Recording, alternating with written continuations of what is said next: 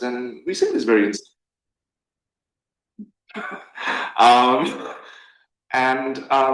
so we've been focused on that, but we haven't really touched a lot on sort of what we can do as alternatives to that. What sort of alternative, if sort of Western thought is a straitjacket that is sometimes limiting when it comes to contexts like Indonesia or the rest of the post-colonial world. So what alternative ways of thought can we sort of explore? And Alisya here is sort of, that's her job today, essentially to sort of explore a lot of these alternative sort of epistemologies, I guess. So Alisya she's Indonesian, and she is an aspiring anthropologist and Southeast Asianist.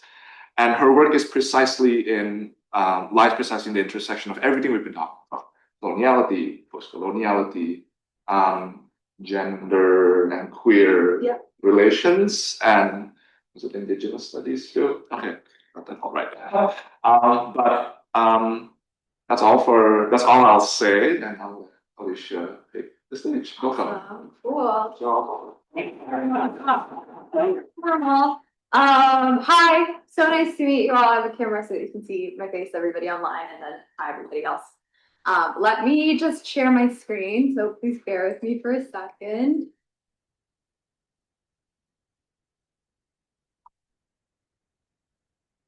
Okay, can I just get like thumbs up, react, or something like that if everybody can see the screen, especially if everybody on Zoom? Okay, perfect. Thank you so much. Alrighty, so before we kind of start the talk, I just want to give a little bit of additional context from kind of what Derek has said. Obviously, this is kind of a transition from the previous lectures, especially the ones that Derek does on Enlightenment, works of John Locke, and all those other great people. We're kind of transitioning from Western and colonial frameworks to like Indonesian frameworks. And what does it look like for Indonesian scholars to study Indonesia? So the central question of today is kind of like, what does it look like to live beyond colonial frameworks? Can we live beyond colonial frameworks? There are a lot of studies on Indonesia that are done by scholars who are not Indonesian. Ben Anderson, obviously this is the time where I'm forgetting all the other names, but a lot of studies have been done on Indonesia by non-Indonesians, and there's been a lot of pretty seminal works there. But today I'm kind of making an argument for the layers that Indonesian researchers can uncover when Indonesian researchers are researching our own identities and our own cultures. The style of this kind of guest lecture, as it were, is probably a little more similar to Derek's previous lectures compared to maybe other guest speakers who are presenting on their original research or their original work. This is really kind of like a companion to the Deconstruct Indonesia lecture series, where I'm going to be presenting the works of a couple of different scholars. We're going to be talking about a couple of different concepts, and we're going to tie it all together at the end. But expect to kind of be taken through a journey of a couple of different people. Before I begin, I also just want to make a statement, especially because this presentation is going to cover a lot of Indonesia at the margins, people who have marginalized identities. So, disabled Indonesians, indigenous Indonesians, queer Indonesians.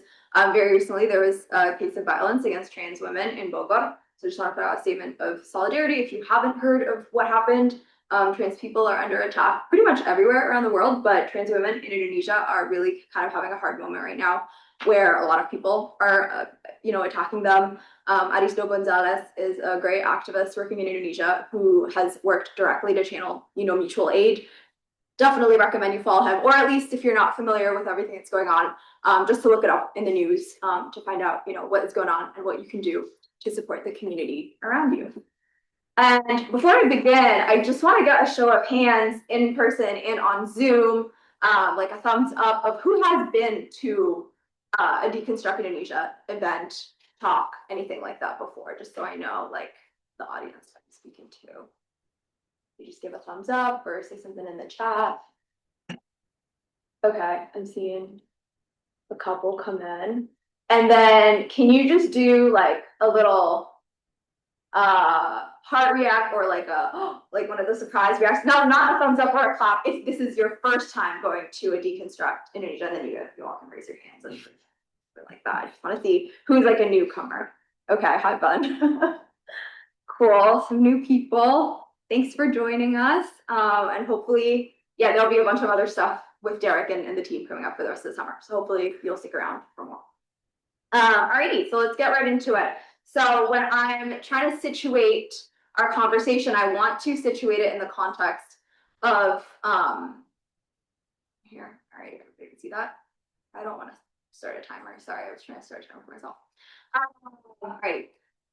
I want to situate us through the lens of the work of Frantz Fanon, and especially his work, The Wretched of the Earth. So if you're not familiar with his work, Fanon is a scholar from Martinique, and this particular book was written about and within the context of the Algerian War of Independence. So he is a theorist, but he is also a psychotherapist, not psychiatrist. So he talked a little bit about kind of the goings on from the context of what does it actually take for a nation to, fight for independence from the colonizer, and what does it actually take on the people on a physical level, but also on an intellectual level, right? What does it take for somebody to overcome colonialism and establish a free nation?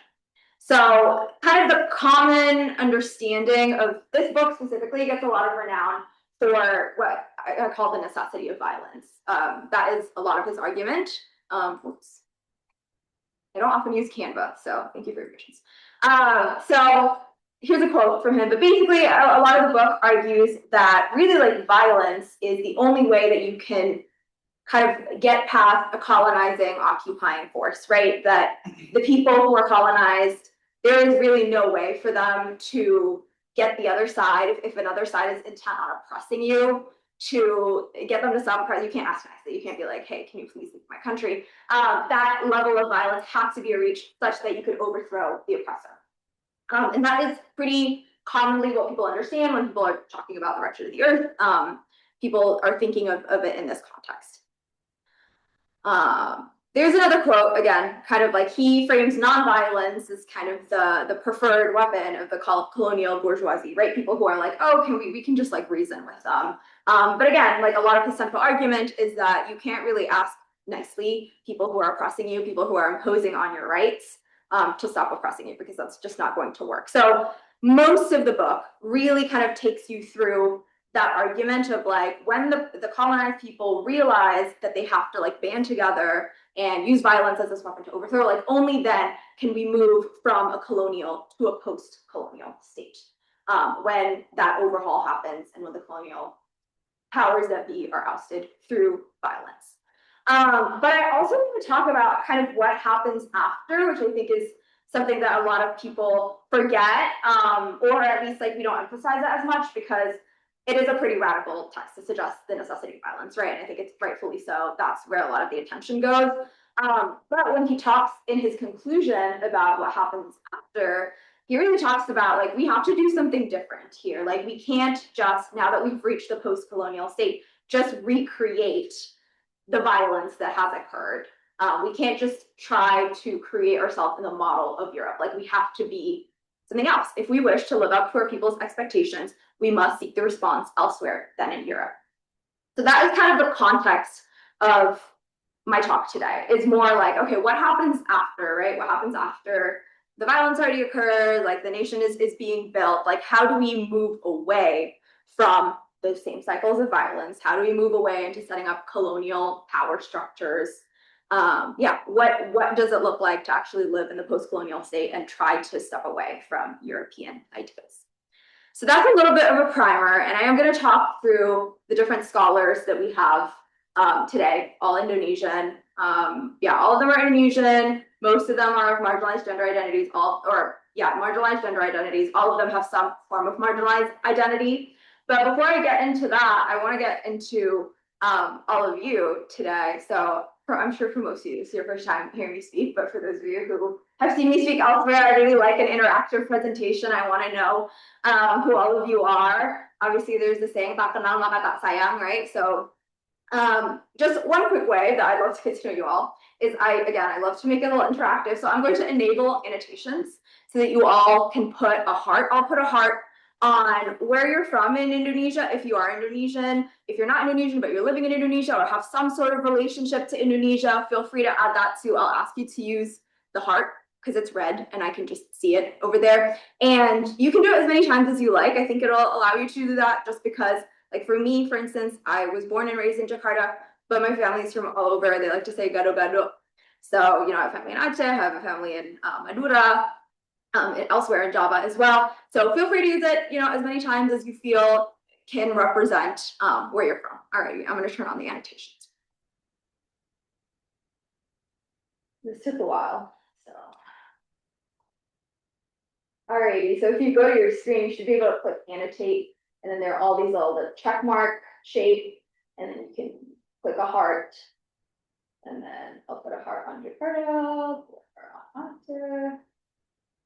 Can I do that? Did I do that? Yeah, there you go. Okay, yeah, I think I'm starting to see some annotations, maybe. Are people seeing the annotations?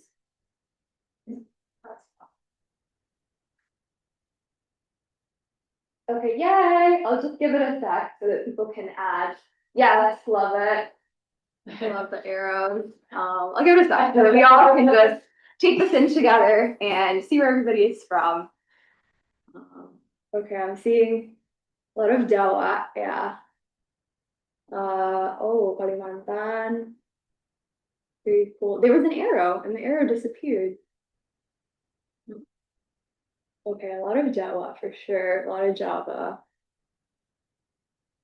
Okay, I'll just give it another couple of seconds, but hopefully this will give all of you some context too. Obviously, that Indonesia is a pretty expansive place. My talk today is not intended to be a cover of like, oh, these are all the people that you have to know. And if you don't know any of these people, like, are not knowing the important people. Not at all, right? Like, we're a pretty big country. There are a lot of scholars, Indonesian scholars from all over the place who are covering a bunch of different parts of Indonesia.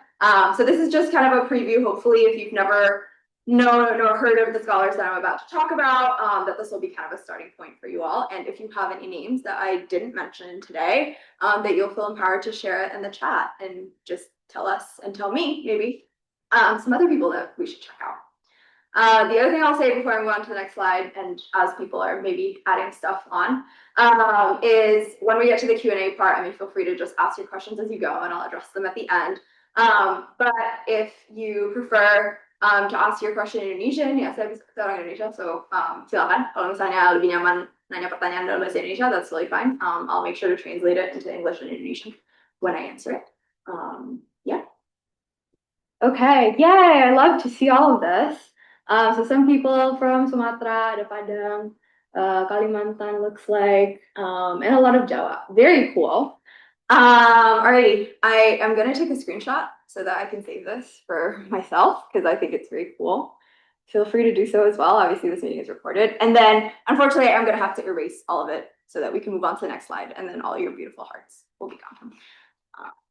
Okay, people in person, please help me navigate. The question, all the way down. Right there? Yeah. Turn on annotations first. Yes. Oh, yeah. Good point. Disable annotations. Okay, nobody should be able to annotate anymore. Is that it? Yeah. There we go. Yay! Okay, perfect. What? Annotate again. Okay, cool. So now that we all know a little bit more about each other, looks like a lot of Jawa and then some Sumatra and Kalimantan.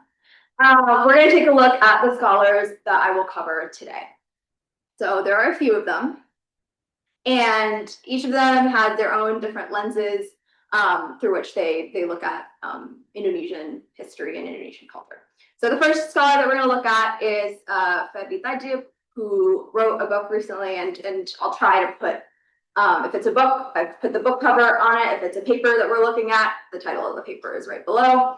So Ferdi Tajib's book, Enduring Otherwise, looks at Muslim, queer, and trans folks across Indonesia, primarily focusing on Yogyakarta and Aceh.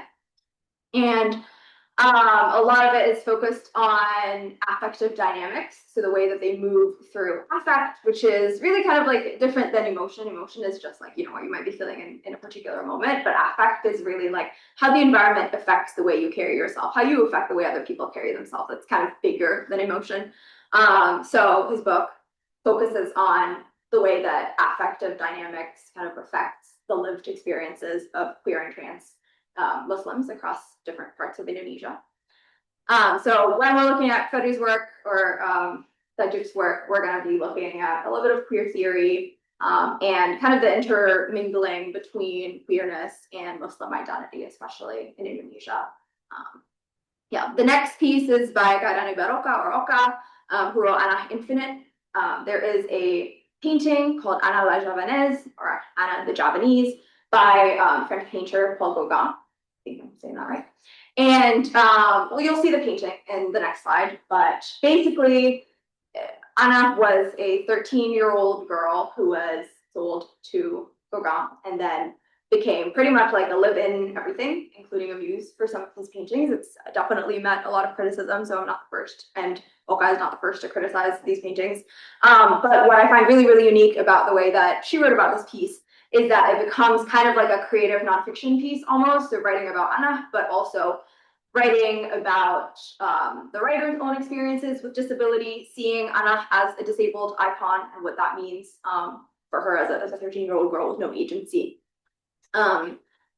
And yeah, just the ways that disability continues over the years and kind of the colonial effects on disability. So that will be a disability justice kind of perspective. Pepe Rosaldi is a former guest speaker at Deconstruct Indo, so if you haven't looked at her talk, definitely recommend it. It's on YouTube. The paper that I'm going to be looking at is Queering Ecology, so talking about the experiences of Batak Indigenous women and their relationship to the land that they farm on, and this kind of sense of camaraderie that they have. And then Slamet Amex Tohari, who writes about disability in Java and the kind of 4 different lenses that disability is defined through indigeneity, through religion, through society, and through the government as well. So again, all of these scholars are Indonesian. It's been really interesting to see some of them reference each other. Certainly Oka's book actually references Tohari's book, Tohari's research. So some of these folks are certainly contemporaries and in conversation with each other.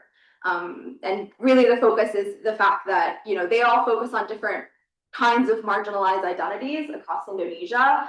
And the thing that I'm trying to put forth is, how can we learn from the most marginalized people in order to find this way forward, right? This way of living outside colonial boundaries, when these folks are probably the people who are living within the most colonial boundaries and with the most colonial forces in our time today. So before I kind of get into content stuff, I want to talk about form, because I think it's actually pretty important to highlight the ways that these works go beyond colonial frameworks in their form. So even before we talk about the content, just the way these books, just the way these papers are written, I think is pretty subtly revolutionary. You'll see that picture over there is Ana la Javanaise. This is a 13-year-old girl painted in the nude, and there's a monkey at her foot. And we'll talk a little bit more about the framing of Ana as we go through the presentation. But the first thing that I want to highlight is the way that the books and the papers break form by almost kind of a creative form of expression. A lot of these are written in the first person, which kind of breaks, you know, typical academic norms of not, you know, the researcher not using first person pronouns.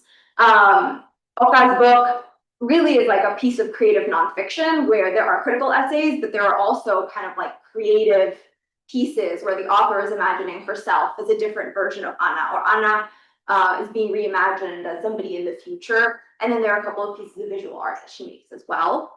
And then the other thing that I think is really interesting is that all of these scholars, if not almost all, have some form of praxis rooted in their work, right? As academics, there's obviously a lot of emphasis on research production, that kind of thing. But what I find really admirable is that all of these folks have some kind of community involvement, and their ethos is rooted not just in creating work, but also connecting with the community. So PLD UB's the Pusat Layanan Disabilitas, or the Disability Service Center at the University of Brawijaya, Universitas Brawijaya, that was founded by Slamet. So as part of his work, you know, it's very much goes hand in hand with the research, as well as like giving back to the community and being part of making change in the community, which I find really admirable.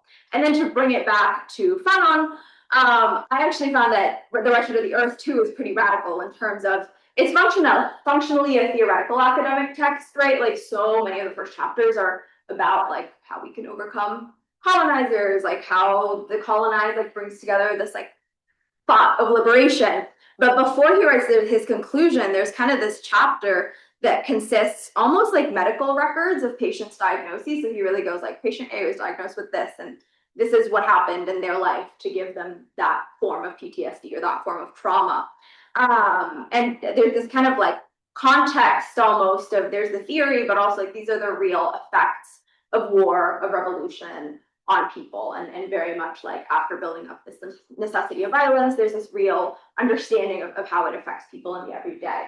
So I do think that there's just something really unique with the way that all of these authors break with what we think of as the standard colonial academic form that in itself is a form of decolonizing knowledge, right? Is a form of breaking what we think of as a traditional format of academic work.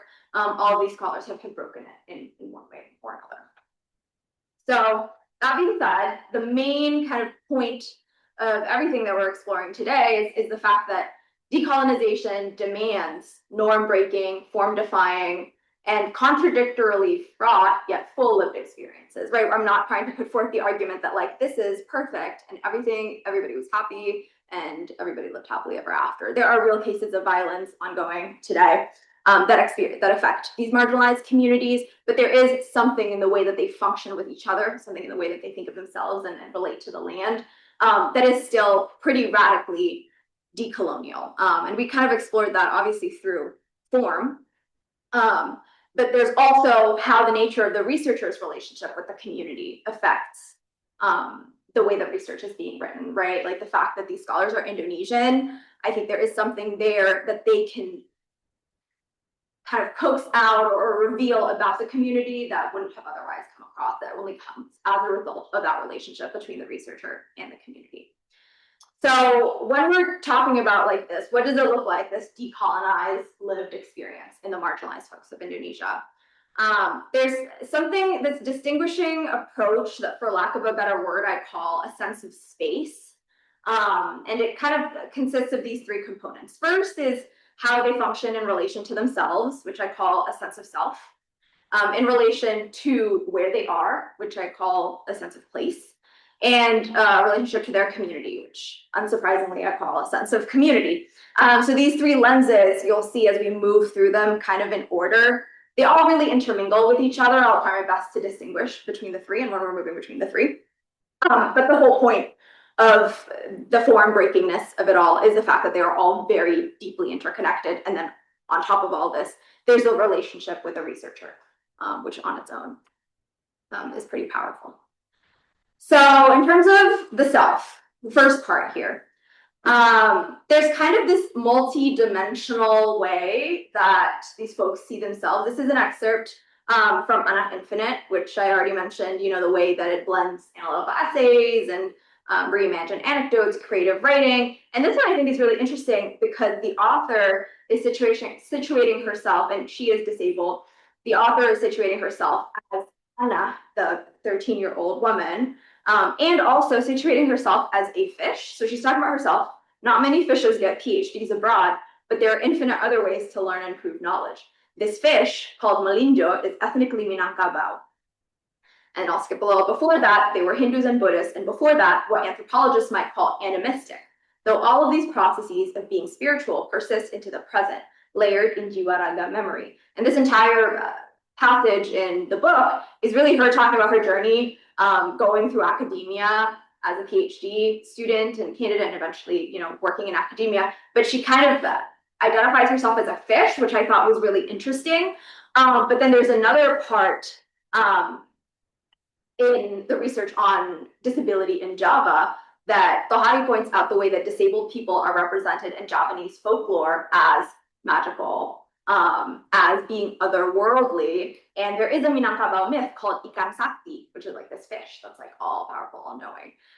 So there's like this kind of parallel almost between, and she doesn't talk about Ikan Sakti in this book, but almost like this representation of disability as a fish, which in Minangkabau society is, you know, this powerful being, almost highlights like an otherworldly sense of self. Whether or not that's perceived by other people is different, right? But it's really interesting to see that parallel between Laura's book and Tohari's thesis that has this parallel of, okay, we're seeing disability as something that is not just like corporeal medical, but really like something embodied in the person. And then another thing is the way that queerness was represented in Tajik's book. So he interviewed a guy called Doni, who lives in Jogja and lives with his partner. And it was also interesting the way that this relationship was framed. So Doni is a Muslim, and it's very much focusing on how he's trying to reconcile his Muslim identity with his queer identity. And it's interesting to see the way that he has kind of justified it is like, oh, it's really kind of like brotherly love. Like, yes, there's like the sexual component, but really like it's more than that, or there's this like emotional connection that he defines. He tries to use brotherly love, but when I'm reading the passage, it really makes it clear that like it's something even beyond that he's trying to reconcile within himself. So it's interesting to see like these words that we use for people like gay, like queer, may not necessarily be the words that folks identify with. And I'm sure part of that is rooted in systemic oppression, part of that is rooted in government, but I think part of that, there is something there that like folks are trying to identify for themselves that feels like it's beyond, you know, what Western definitions might be like, or even what queerphobic definitions might be like. So a huge part of that difference in defining sense of self is like this very unique, almost like personal and relational understanding of yourself in relation to the outside world, in relation to other people that is beyond like how we usually identify. There's also a huge thing in Indonesia with regards to language. There's been a shift in the way we talk about marginalized individuals. So for instance, there are a couple of outdated words that we use for folks with disabilities. Some people still identify with difabel. More people are identifying with disabilitas. And similarly, in the trans women community, people used to say waria, and now more and more people are gravitating towards transpuan. So those are languages that like Indonesians are coming to on their own, right? These aren't languages that were, or words that were imposed on these Indonesian communities. It was really a result of the communities discussing for themselves and figuring out like what is the word that we feel best represents us. So it's really interesting to see how the language has shifted as well, and how these language choices are kind of coming out on their own. And then there's kind of the sense of self that is only gleaned by the researcher's identity as being Indonesian, which is to say that there's this kind of reflexivity in all of the research papers and in the books. Fedri himself is part of the queer community, Oka is disabled, Pepe is Batak. So, you know, there's this kind of identity that is shared between the researcher and the people that are being represented in these books. So there's this moment towards the end of Enduring Otherwise, where one of the trans women said Ferdi was one of us. Like, don't worry, like I told these other people who are around us, like that you're one of us, and that's why you're allowed to hang out in the salon with us. And Ferdi felt confused at the statement until one of the trans women later on in the passage felt comfortable changing in front of him, even though he's a man, obviously, and they're women, and explained that, oh, it's okay, like we're all queer, we're all LGBT. And it's interesting to see how like the transness is a distinct part of their identity, but so is their queerness as a whole, that they're trying to find ways of kinship with other people who are not necessarily part of their specific identity, but like kind of under this larger umbrella of marginalized identity, that I think is really gleaned through the book itself, or through the researcher's relationship. Another similar instance is when Pepe was studying with the indigenous Batak women, they were talking about these Batak terms in a way that they were trying to apply it to her as well, which I thought was quite unique, that they see the researcher and the researched as really part of the same collective. So really seeing kind of like a community instead of what we think of as the classic like researcher, research subject relationship. So that's a little bit about kind of the sense of self stuff. And as we move into talking about the next part, which is sense of place, I also want to highlight this one quote.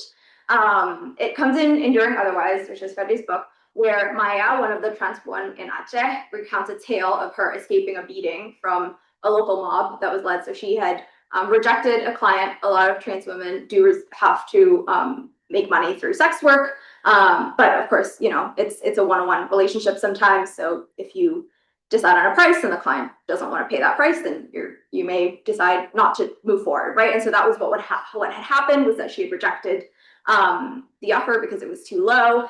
And then the client came back with a mob and ran her over with their motorcycle and tried to beat her up. And then she found this like hiding place behind a planter that in her mind, as she was describing it, like there was only one thin sprig of plant growing out of this planter. I hid behind it. Can you imagine how small the plant was compared to the size of my body? And the guy kept shouting, you know, like, where is she? I will kill her. And she was hiding in this spot all along that was really quite obvious. And she was talking about her experience of hiding and was like, how could they not see me? Like, is that a mu'jizat, which is a Muslim term as far as I know, that says like miracle.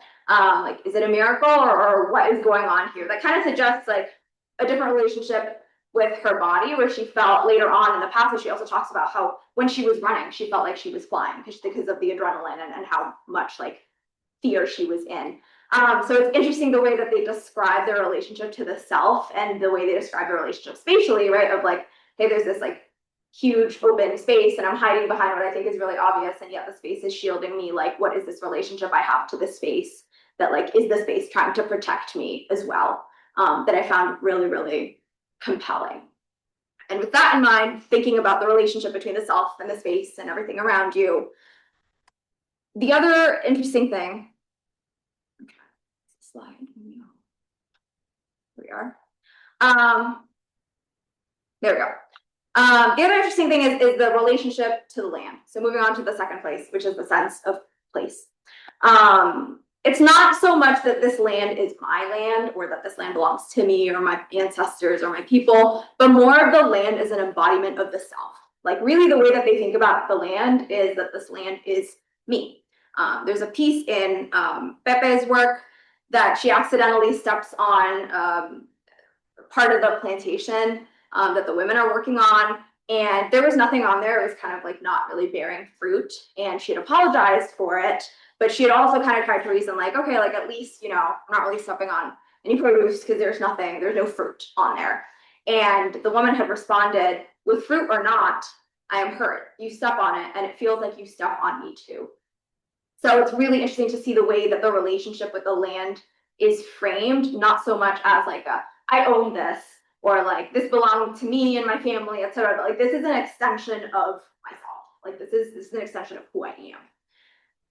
And the other thing too that we're thinking about when we're talking about sense of place is the biggest question, especially for those of us Indonesians who are no longer in Indonesia. It's always the question of like, why do you choose to stay? Why do you choose to go? Like, why do people choose to remain where they are? And what I find to be really interesting is that there's part of it that's a little bit of resistance. So this is at the end of Betty's book where she was asking, I think he was asking Maya, like, why, after all the violence, after everything, do you still want to continue staying? And there's kind of a relationship of like, of course I have to stay. Like if I leave, then the other people win and they get to keep their land and I don't get to continue to live in this place. But there's also a sense of pride that is rooted in this place becomes an extension of yourself, right? It's an extension of your own identity and what you represent. And you're like living there and playing there and building community there, such that the notion of leaving means the notion of leaving yourself. There's very much this connection between the sense of self and the sense of place that is pretty obvious in all of this. And then the last piece of community, and again, all of these are so interrelated. Fedri's book, again, talks about the salon as a place where trans women gather, but it's really kind of a site for everything. That's where they make their livelihood. That is also where they make friends, right? Their communities. That's where they chat with their neighbors or their clients. And in Indonesia, there's this thing called ruko, which is a rumah toko, which is a shop house. I guess for the people who are living in the city, it's not that uncommon, right, to have a shop at the bottom and then upstairs it's apartment living. But with the salon, I mean, it's so much more than that because a lot of trans women, like they live in the salon area, right? Like the ruko is theirs. So the front is the salon where they take clients. Again, they also do take in sex work clients sometimes out of necessity. So there's the blending of professional workspace versus like intimate workspace versus also their home where they get dressed, they have dinner, they chat, and they have friends. So it's really interesting that community here too is really this like catch all, like who they are and where they live and who they hang out with is all very very intimate, and it's almost like a microcosm for the rest of the world, right?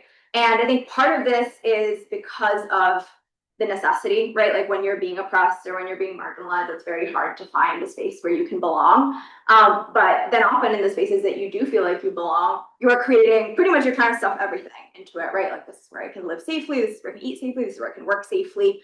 So there is really kind of this blending of self, and the place, and the community, all in one in these like microcosmic communities. So in terms of Pepe's book, or Pepe's article, the women have this kind of sense of camaraderie where they won't start farming until one of their friends, who is also in that sense their coworkers, comes. Like it's actually frowned upon if you start working before your coworkers or your friends arrive because of the sense of togetherness.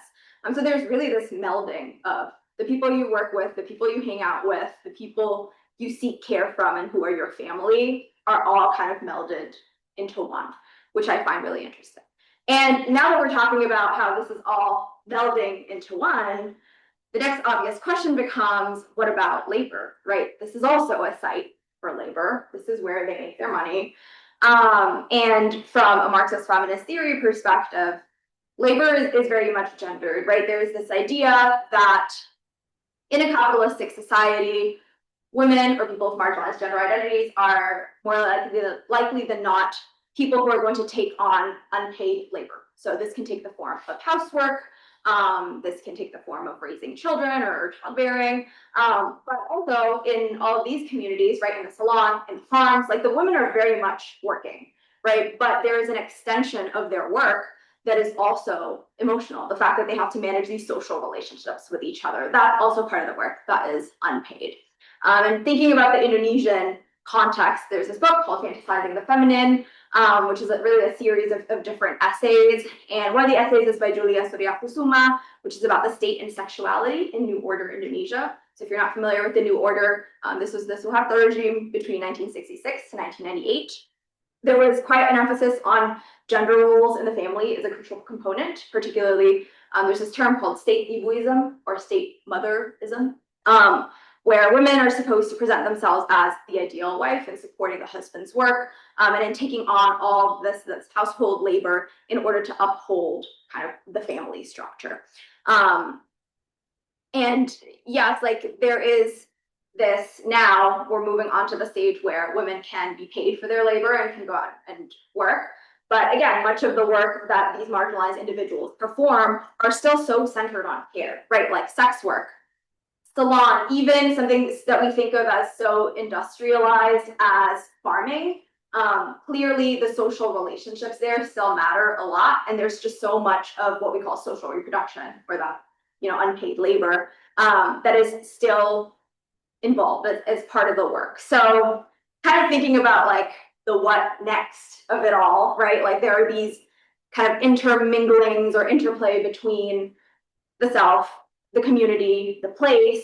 Where do we go next? Like how do we go from here where we are to that next step of like more liberation, more community? I think the next thing to tackle really is labor, and that's something that nobody really has the answer to yet. I think it's a very interesting question of like, what next? How do we tackle this question of labor that everybody is still stuck on? Everybody needs money to survive, right? And for a lot of people with marginalized identities, their marginalized identity becomes part of their labor as well. So like, how do we move past that to a truly kind of liberated front where people don't necessarily have to do that? And this is me posing a question, I guess, into the general ether, but not really necessarily expecting anybody to answer. It's not something I have the answer to myself, but I really think now that we have this kind of like relationship between the marginalized and their lives and everything like that, the next step to adapting it for everybody and really making sure everybody gets to live in a safe space is tackling the big labor question. So I guess this is a challenge to everybody, perhaps including to myself. No pressure to anybody, to think about this as kind of like the next question, as like, what's next? And with that, I will bring it to the end. Thank you all so much for listening, and I'll open it up to questions. I'll stop sharing the slide as well, but I'm happy to pull anything up. And again, Indonesian questions are also welcome. Thanks, everyone.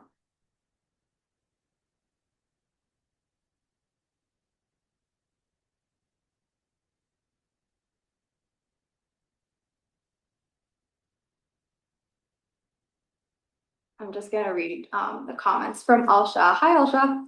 The sense of the land and the connection between self or place made me think of my conversations with Palestinians and Lebanese friends on their families' inability and refusal to leave the land even under bombardment. 100%. I think that's a great application. I definitely think that the fact that, for instance, I'm looking at Fanon and I'm looking at Indonesian scholars, and there's already so much in common there with the form and the kind of what next of it all implies that everybody's liberation is really interconnected. And yeah, there's a sense of, sure, some folks might want to leave, but there's a relationship to the land that is like not so much the colonial idea of like, I own the land or my family owns the land, but really like this land is an extension of myself and this land represents who I am. Yeah. Alrighty, let's see. From Soft One, wait, Aceh. Hi. The majority of Indonesians, particularly Muslims and Christians, robustly repudiate LGBTQ plus and queer ideology as a Western imperialist import. Given that, doesn't support for these purportedly marginalized communities risk entrenching colonialism rather than combating it? I'm going to finish reading and then I'll respond. Wouldn't a more genuinely decolonized approach be to allow Indonesia's elected representatives to debate and enact legislation reflecting the robustly expressed views of the population and Pancasila ideology, including criminalizing elements of queer conduct?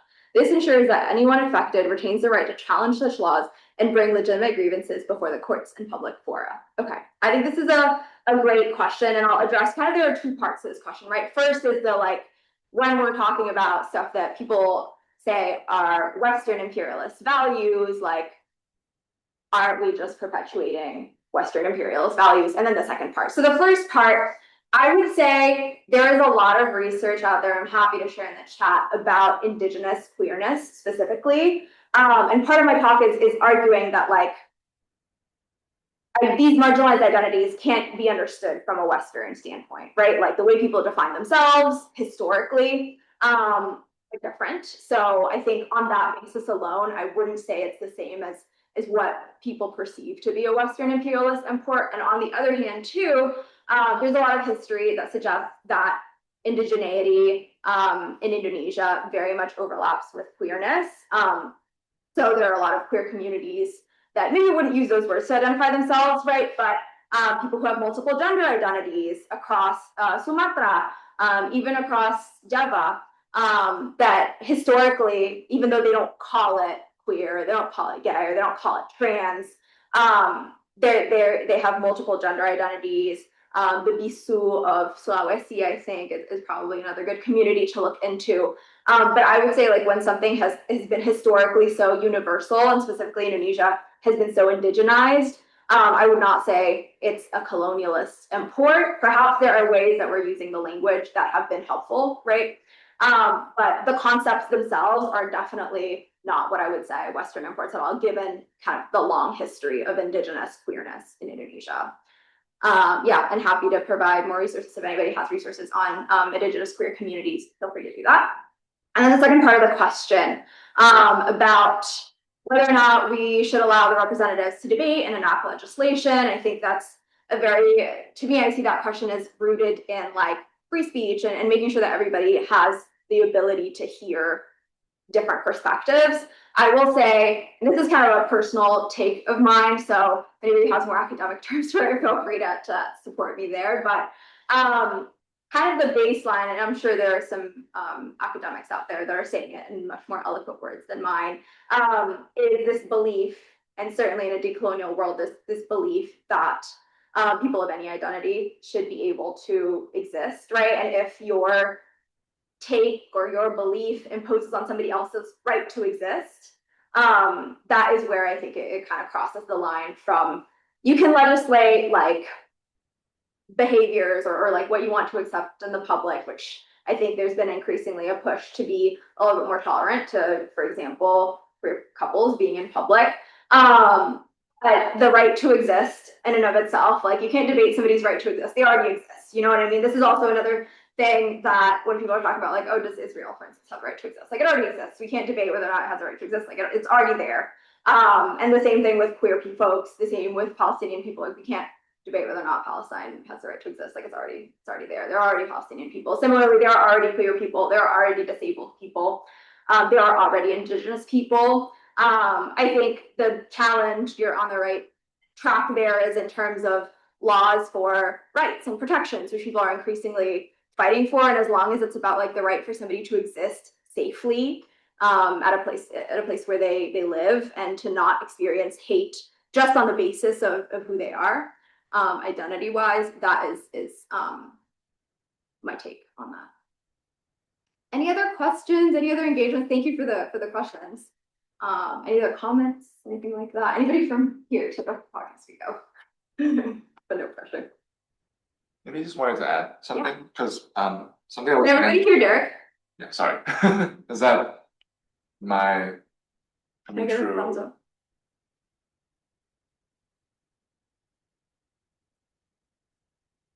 Of what was mentioned in the previous question is sort of how queer ideology is a Western imperialist import. And I think there's something very tricky there and something very careful you have to do when you're talking about, oh, this is coming from the West, this is an import, therefore it is imperialist. This is just a plug for deconstructing Indonesia as a whole. What we've been trying, I hope legibly, for the past year is to show that even the concept of Indonesia itself is not something that you can very easily disentangle from the so-called West. It is a repudiation, it's a repudiation of the Dutch. It's born out of an anti-colonial movement. It would not have existed without the Dutch. If you look at Southeast Asia, if you look at maritime Southeast Asia, you look at the Malay world, the borders of the nation states that come up completely correspond to colonial states. Malaysia, British colony. Timor, Portuguese, and Indonesia is the Dutch. Even concepts, again, this is sort of like what motivated, and Alisya showed perfectly how we can think of alternatives. Concepts that we think of as normal, as sort of like common sense. For example, the state. A lot of the ways we think about the state, a lot of the ways we construct the state are drawn from a very European history. What do we do with that? And then you can just, it's a very slippery slope, because then it's like, is Christianity and Islam, are they foreign imperialist imports? It's very tricky. And to go back to gender itself, even the gender binary, you could argue that that has a Western origin. And so these thinking along those terms, you have to be very, very careful, because it's a very slippery slope. And the world, we exist in nation states and we draw these borders, but in reality, things are much, much more complicated. We're more Creole than we like to admit. And so that's just all I'll say with regards to that. Yeah, for sure. It's like kind of hard to think about what is and isn't Exactly. colonial, and yeah, and then the way that it's all constructed, right? Like this is the world we've constructed for ourselves. We can only keep moving forward and Exactly. evolve there. Yeah. The concept of the West itself, there's this really good book that looks at how the concept of the West and how Eastern Europe, even as a concept, was sort of, and this is, the context was Peter the Great in Russia, and he sort of like has this modernizing, westernizing drive. And then people in Western Europe are like, are they one of us? Kind of, but not. So they're us, but they're Eastern. Yeah. So it's Yeah. Even the construction of race in the US, right? Like whiteness, for instance, like how did somebody become white? Because there were, ethnic identities that have become white over time, like Italians and Irish people were not perceived as white. So yeah, it's all really constructed. Yes. It's very tricky. Alrighty, a couple other questions and comments. Okay, various forms of colonialism have infiltrated our daily lives, both in society and in the state and Indonesia context. How, as individuals in society, can we decolonize ourselves and our surrounding communities, particularly our families? It's a great question. Somebody should call me when you figure that out. You should know. It's, again, a very, very tricky concept. I can talk from this talk's perspective, and then I can talk a little bit from a personal perspective. In terms of this talk's perspective, what has been really, really great in the academic sphere is this rise of Indonesian scholars, right? When we say that, when we start from something simple and then have the audacity to make it even more complicated and make it even more complicated and make it even more complicated, like that's how we get to the bottom of things, right? And you'll find out that there is no bottom and you're just gonna keep untangling from there. So really it's like keep exploring and keep looking at, what are the voices out there? Like what are the academics out there? What are the Indonesian people? And from a praxis perspective, like what are the Indonesian organizers? What are the Indonesian volunteers? What are the Indonesian social workers like doing on the ground? Just keeping an understanding of what's going on. I also think, to add to your point, Derek, about like Western infiltration, it can be very easy to dismiss anything really that you don't like as a Western influence. Especially, I think that's a tricky thing for us formerly colonized people. Like, oh, that's so colonial. So keeping that kind of nuance in mind, which is very tricky, is like, okay, like just because it's colonial, like the whole world has historically been colonial. Like what has been helpful, what has not been helpful, and being able to have the critical thought. One kind of metaphor that I talk about, I have a sex education background too, and there's this kind of wave of talking about consent as something that's very simple. And they're like, oh, consent is so easy, like no means no. And then when you go back, go forward a step or go deeper a layer, you're like, actually, that's not necessarily complicated. Like somebody can be coerced into saying yes or whatever. But so really leaning into like not the stuff that like, oh, this is so easy, like this is so basic, like it's actually not. Even the stuff that you think is basic, like you could always go a little bit deeper. And I would say that's kind of the approach that's worked for me. Really just a learning mindset. Since moving to the US, I've learned so much about even like the indigenous communities in the US. I've learned so much from them, and even feel like a sense of kinship.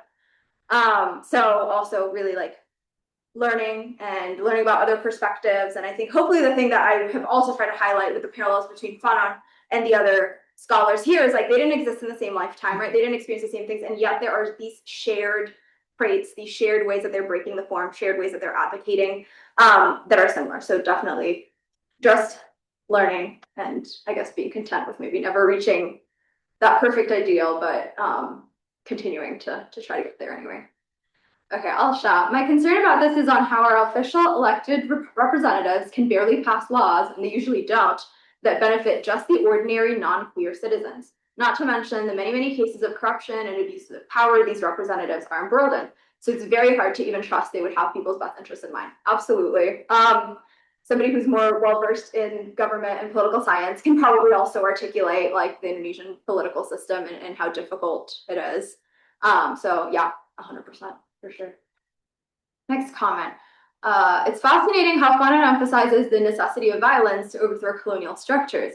However, in the Indonesian context you mentioned, marginalized communities resist by creating intimate, safe spaces like salons or farming collectives. Can the creation of these peaceful spaces be considered a radical form of decolonial resistance in itself, perhaps offering a different path from Fanon's emphasis on physical violence? Yeah, absolutely. And I think even he's like recognizing that himself, right? In the conclusion, and which I highly recommend everybody reads the book. It's an excellent book. He talks about the effects, right? I think he's under no illusion that like violence has real effects on people, and like it causes trauma. It causes, a change in your relationships with the people around you. So I wouldn't say he's necessarily like, oh my gosh, violence is great and everybody will be happy at the end. I think he's very much recognizing the gravity of the situation. And yes, I think like in a society, we need both. We need everybody, right? Different people can play different roles in liberation. Some people might be really great advocates. Some people might be great at creating peaceful spaces, really figuring out, and this is kind of like from a praxis perspective, if you're thinking like, what can I do? Very much thinking of like, what moves you, what excites you? Something that I really like to do in my free time, which my friends know, is that I've done like little bingo fundraisers or like, little fundraiser parties, which are very small in the large scheme of things, 100%. But like thinking about what do you like? Like I'm an event organizer by professional trade. So that was something that I was very quickly like, oh, I already do this for my job. Like, why don't I give it a shot and doing it in my personal life? So recognizing that like, yeah, there are moments where violence is needed. There are moments where advocacy is needed. There are also moments where like rest and care and like loving each other is needed 100%. I think particularly extending from what Derek and Alisya talked about in terms of whether or not queer theory stems from Western imperialist ideals, it's also important to note how contemporarily, in today's context, every single step made by the Indonesian government are tailored to favor a direction of development that is heavily endorsed by the West. This might mean handpicking which bundle of identity is most benefiting for the government to instrumentalize, i.e. being straight of majority belief, and which minority traits should be minimized in order to further push the development narrative, i.e. queerness. Yeah, absolutely. Derek, did you have anything you want to chat? No, Well, yeah, 100%. Great point. And again, it goes back. Maybe one thing. Yeah, of course. I'm just being shameless. If you're interested in this topic, we're going to touch on this kind of next week. We're going to be talking about concepts of progress and historical time, and we're gonna deal exactly with this of how we have this like what is a weird ranking system when we like rank societies temporally, like are they forward, are they backwards, and sort of. So if you understand that stuff, we'll be talking about that next week. Love It's it. just me plugging in. Yeah, come back. Derek will talk about this. It'll be exciting. I'll be there. Yeah, absolutely, 100%. And I think like it goes into like who's more oppressed, like who's more important at this time. Like we should do this because these people have been waiting their turn for a long time. Like all these nuances that Derek will talk about next week of like how do you choose how to categorize something? How do you even choose the labels for the category, right? Okay, offset. I don't think Pancasila is a colonial free ideology. Its meaning is discursive through successive regimes, absolutely, from Dutch era moral categorization to Spanish synthesis to the new order's moralizing nationalism. So when the values get invoked to reject queerness as a foreign Western import, that's not a defense of some pure indigenous essence. History says otherwise. Yep, queerness was already part of our society, absolutely. Indigenous literature like Baba Tanah Jawi carries queerness narrative. A rigid binary sexuality itself is a colonial morality train. Yeah, absolutely. Any other thoughts? Any other questions? Anything from here? Yeah. I was just gonna like elaborate on I think the theme of queer theory is sort of like in contrast to like indigeneity or sort of like natural untouched by colonization theories. Speaking from my personal background, which is they see South Asian. And on top of that, like my parents were born in India, but my parents also grew up Christian, which is a minority religion, obviously within India. And prior to that, they would have been part of the untouchable caste, which is now coincidentally in India called like a backwards caste. There's forward and backwards caste in India as well, which is funny framing. But I think kind of in collaboration with the idea of, I think also going back to like the identities of the trans women that were mentioned, just like the concept of transness, the concept of actualizing a gender identity, actualizing a sexuality. I think like self-actualization in kind of, I don't know, Maslow's hierarchy of needs, like I feel like that is a personal way to decolonize oneself, is to kind of think of oneself not in terms of like what their labor value is or what sort of contribution they can make to a greater economy or what sort of role they can fulfill in terms of uplifting a hierarchy that already exists, but rather what is one's purpose for one's sake, or like what is the thing that one person wants to do with their personal life. So I think any sort of action that anyone can take that goes towards that personal self-actualization, I feel like is a kind of good first step. On top of that, I think I personally have been dismantling some stuff that was passed down to me, which was also kind of filtered through this like Christian framework. Like I think I got the Protestant work ethic from my dad and the Catholic guilt from my mom. So that's a double header. But I think again, like that's in contrast to I think discoveries that I've been making throughout my life recently as well of that self-actualization. I think in contrast to what I believe now, I think when I was a kid, what I learned was that your inner desires are not important. Like the things that you want to do in life are not as important as what is expected of you, or sort of like shouldering the burden because everyone else had to do it. So it's like not fair that you get to, decide what you want to do in life because no one else got to do that. So I think kind of, again, like finding that oneness within humanity and kind of finding that way of my personal happiness doesn't affect your personal happiness. And if anything, we can collaborate to, find the things that we both need in life without needing to think about it in what is ultimately a capitalist framework of we are in competition and we need to, there's a zero-sum game, one person wins and one person loses, or one system wins and one system loses.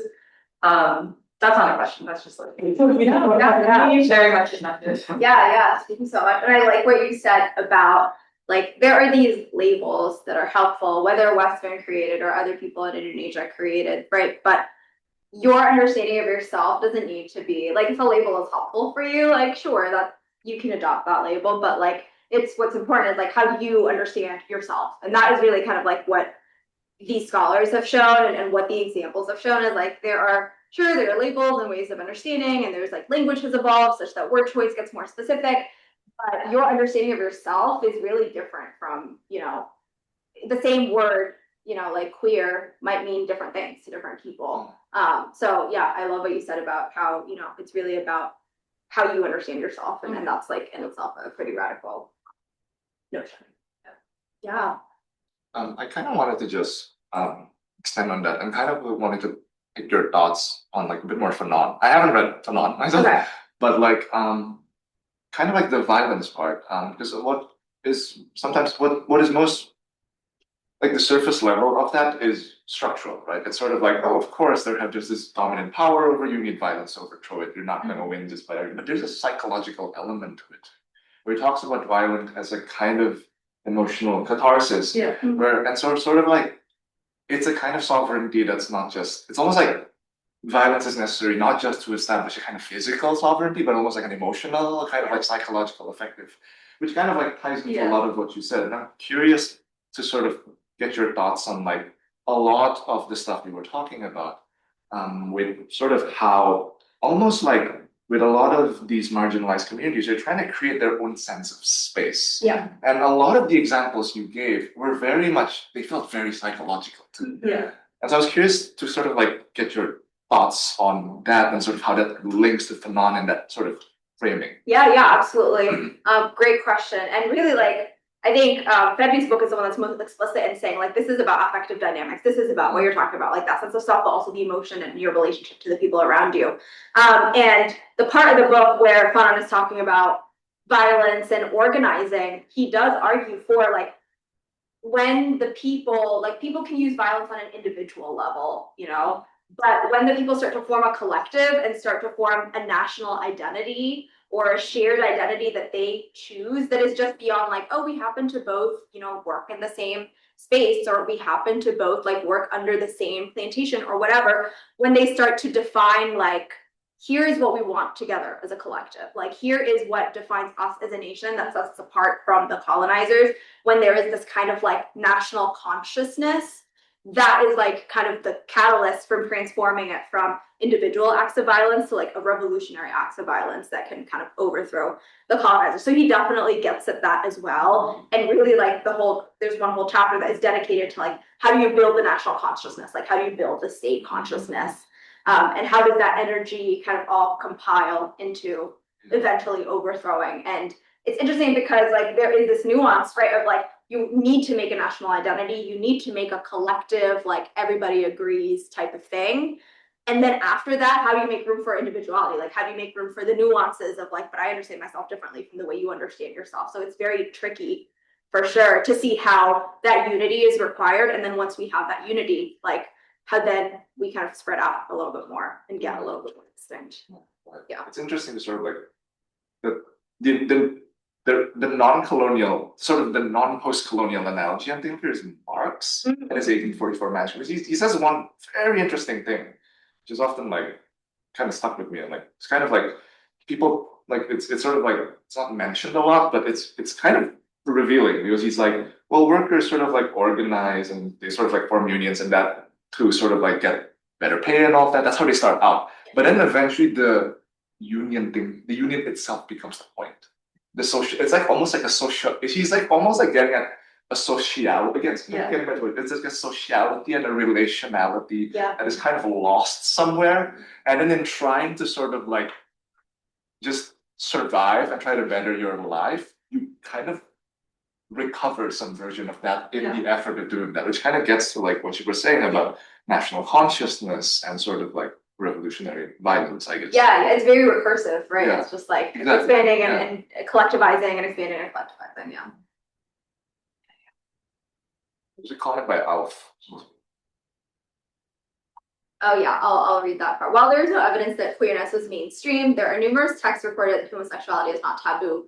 You can find the chapter on how Pangeran Puger uses homosexuality as a power legitimacy in Baba Tanah Jawi. You may also check Sarat Tintini for a more explicit depiction of sexuality. Thank you so much. I will definitely check this out as well. In fact, I'm going to save that.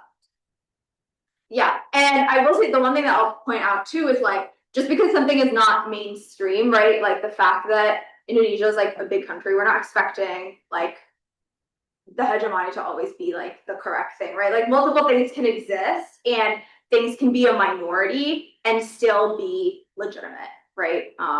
So just because the majority of the population does not adopt that identity, like doesn't mean that it doesn't exist, and doesn't mean that it's not a legitimate form of identity that has historically existed. Yeah.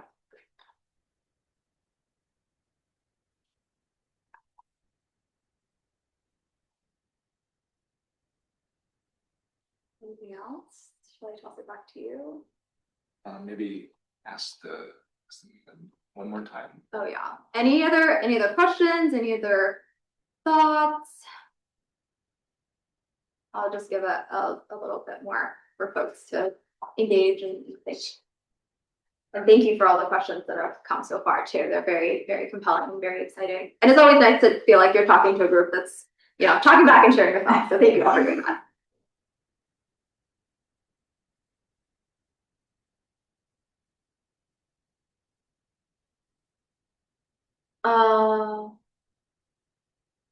What is anti-Pancasila behavior in wife section?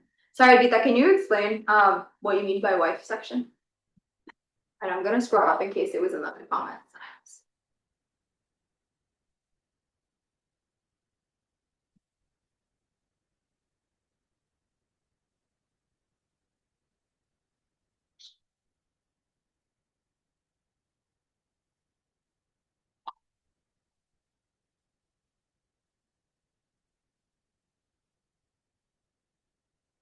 Oh, in your presentation about, yeah, okay. The part where the state is like representing the ideal wife, etc. Can you elaborate on your question, and feel free to use Indonesian too? What do you mean by what is anti-Pancasila? Like, are you trying to understand what is anti-Pancasila in the behavior that was encouraged? If it's easier to just explain it, we can chat about it.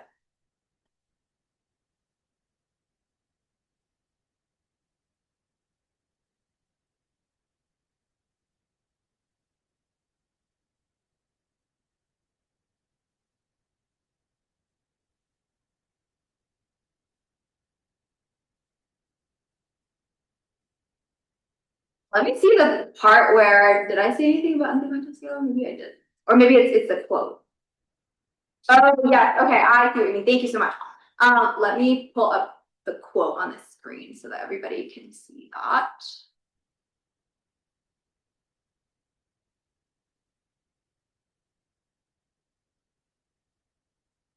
The main duty of a wife as faithful companion is to support the official duties of her husband by creating a harmonious atmosphere, avoiding anti-Pancasila behavior in order to create a state official who is authoritative and clean. Great question. I think the use of the word anti-Pancasila here is probably meant to more evoke a sense of like, in order to fulfill your national duty, you have to do this. And if you're not conforming to this, you're being anti-Pancasila. There's not necessarily like a clear idea. You know, my guess is like, if you are going to try to read Pancasila as dua, kemanusiaan yang adil dan beradab. I'm trying to get through the rest. But if you see as like beradab, right, as, oh, a woman has to be faithful to her husband, then you could argue, if you really wanted to, that, oh, if you're not obeying your husband, if everything that you're doing is not in service of your husband, that's anti-Pancasila behavior. So really the point of this quote is to illustrate like how the state was really trying to push for this narrative of, in order to be a law-abiding, a Pancasila embodying woman, you had to behave in this way. Without really any clarity of like why it has to embody national values in any way that's like rationally justifiable, but more like, oh, if you're not obedient, if you're not upholding this, what's called the state ibuism narrative of like the ideal housewife or the ideal wife, then you're anti-Pancasila, then you're anti-Indonesian. That was just like the narrative that was being used. I just want to add, if you're interested in this topic, and this kind of gets to what Alf was saying about how Pancasila is a very discursive thing. Like what Sukarno meant by it, what Suharto meant by it, they're not exactly the same. We had a session a few weeks ago with Kumar Farid, and he talks about this with respect to Gotong Royong, as to how the understanding of Gotong Royong today is very much drawn from the Orba regime of Suharto, where it's sort of seen as this like social harmony thing. Gotong Royong is like harmonious society, one that, you know, it's like Everyone loves each other. One hates anyone. It's stable. It's great. And Hilmar Farid tries to show that Sukarno had a very different understanding of it. And you can, if you're interested in the actual text, there's the 1945 speech, Lahirnya Pancasila, where he kind of like is very explicit about this, where it's much more popularistic in Sukarno's rendering. It's much more popularistic. It's much more shared. It's much more, I think Sukarno's actual words is banting tulang. Gotong royong itu bareng-bareng banting tulang. To translate is like gotong royong means to like basically like struggle and like work hard together. It's a very different understanding from like this sort of like harmonious floating state thing that like came up later. So just want to put that out there if you're interested.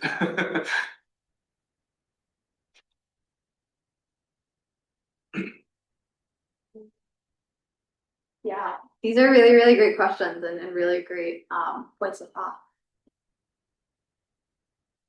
Okay, folks, just a couple more minutes to see if anybody else has any questions, comments, etc. And thank you again for everybody who's engaged, and especially if you're in Indonesia, thank you for staying up late and malam mingguan with me. It's a lot that you can do with your Saturday night, so thanks for coming on to this Zoom.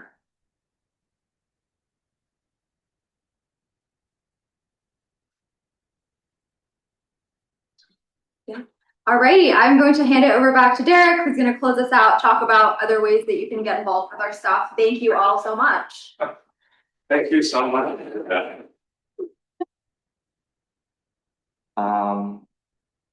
Do you have access to like the Instagram things in your Canva? Because okay, let me just do that then. Yeah.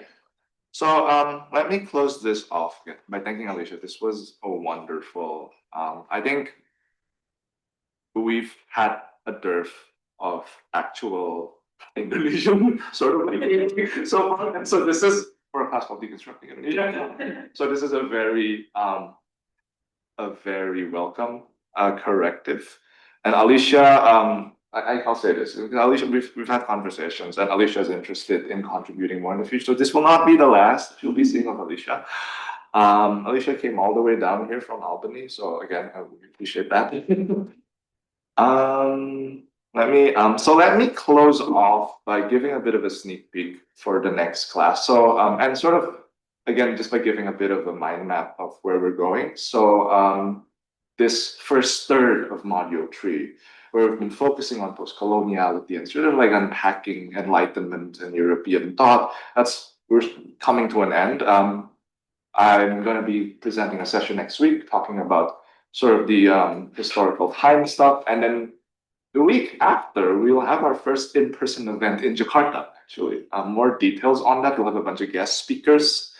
And then we'll be transitioning to our sections on Islam. I don't know how, I'm failing to open this, but you know, it's okay. I'll post it all in the group on Instagram anyway, so you guys can see it anyway. No, it's okay. Thank you all. I think we've kept you long enough. Have a good night to people back home in Indonesia. And yeah, thanks, Alisya, and bye, everyone. Thanks, everyone. Bye.